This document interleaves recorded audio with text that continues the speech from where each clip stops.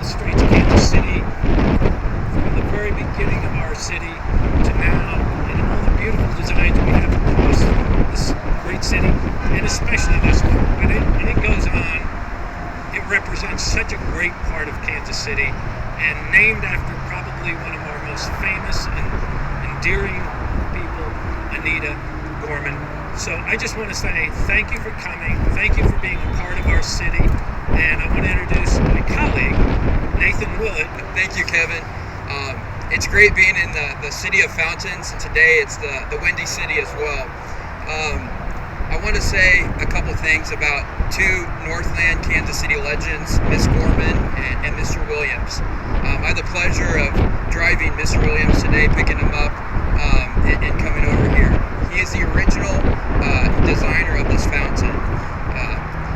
In about 1979, Miss Gorman and a lot of other Northlanders said, we need a fountain up here. We want to be the city of fountains. We need one in the Northland as well. And they fundraised, and then in 1983, they came up with a design, like we see behind us, that not only runs during the summer, but year-round, and it's one of the only fountains that freezes in our city. So during the winter time, it becomes an ice sculpture. It's to Homer's credit and the many other Northlanders to add that in there. So good job. Good afternoon, everyone. Thank you all for coming out this evening, this afternoon, I guess, and braving this weather.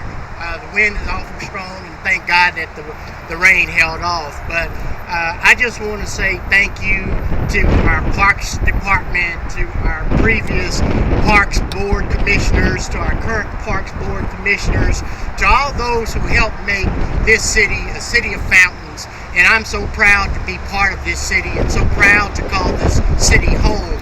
And I'm so glad to be here in the Northland to help celebrate this opening day of City of Fountains. As a first-term council person, this is my first time actually being able to take part in a ceremony like this. So I consider it an honor, I consider it a privilege, and I'm so thankful to be here. And I look forward to the city turning on all of the fountains and us showcasing all of these fountains of this great city. With that, I'm supposed to introduce the city manager, but I think there's another councilman. Are you supposed to speak?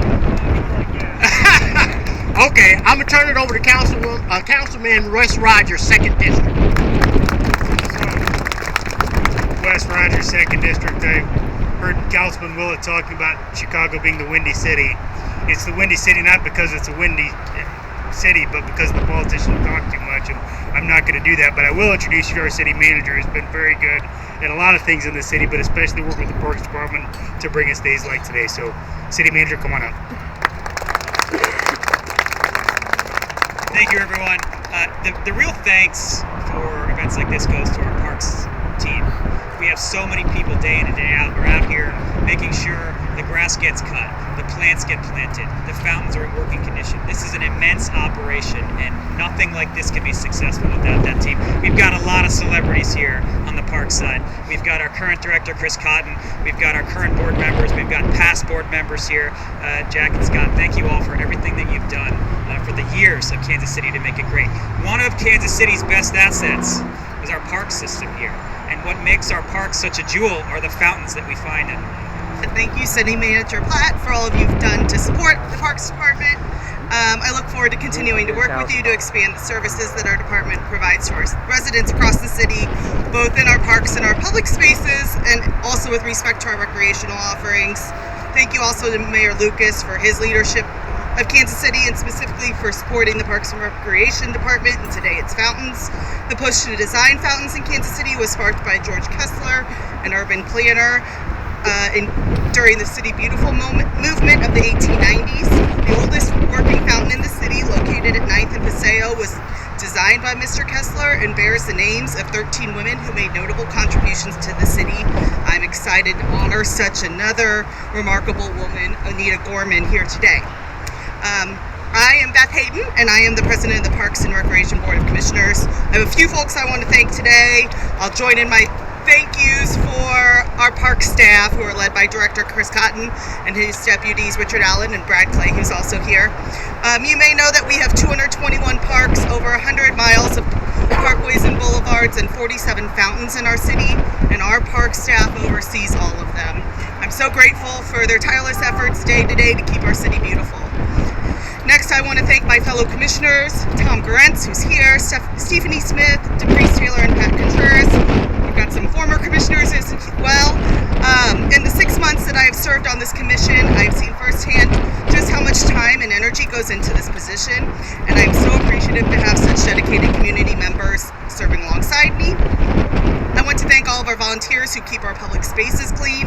Our park staff makes so much happen on a budget, but our volunteers help us put our best foot forward for our residents, our visitors, and our community. Thank you to the community. As the new Parks Board focuses on our vision and our direction for the future, we appreciate all of your patience, your input, and support in improving our park spaces and our recreational offerings. Finally, I just want to share how excited I am that I can experience my first Fountain Day in Anita B. Gorman Park. Mrs. Gorman was the first woman appointed to the Board of Parks and Recreation Commissioners in 1979. She served as president from 1986 to 1991, counting among her accomplishments such projects as the bond initiative to support the Kansas City Zoo and restoration of several of the city's fountains, sculptures, and monuments. More recently, and following her time on the board, she supported Mayor James in his efforts to pass the park sales tax, which now funds our department. Throughout their city, there are many testaments to her tireless work, from the Anita B. Gorman Court of Honor at Starlight Theater to the Anita Gorman Discovery Center for the Missouri Department of Conservation to this very park we are standing in. The fountain behind me is the first one built in Kansas City north of the river, and Mrs. Gorman helped raise the funds for it. Every Kansas Citian has benefited from Mrs. Gorman's legacy of improving the quality of life for our residents.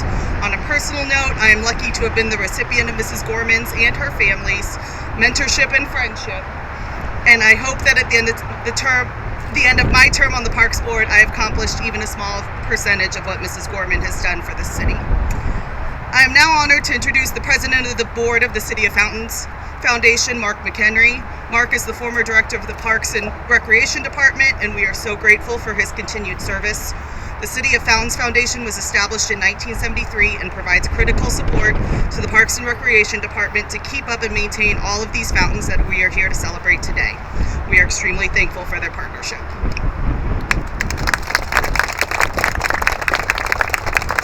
Thank you very much, Park Board President Beth Hayden. A lot of folks have been introduced this morning, but I'm going to add a few more to that list.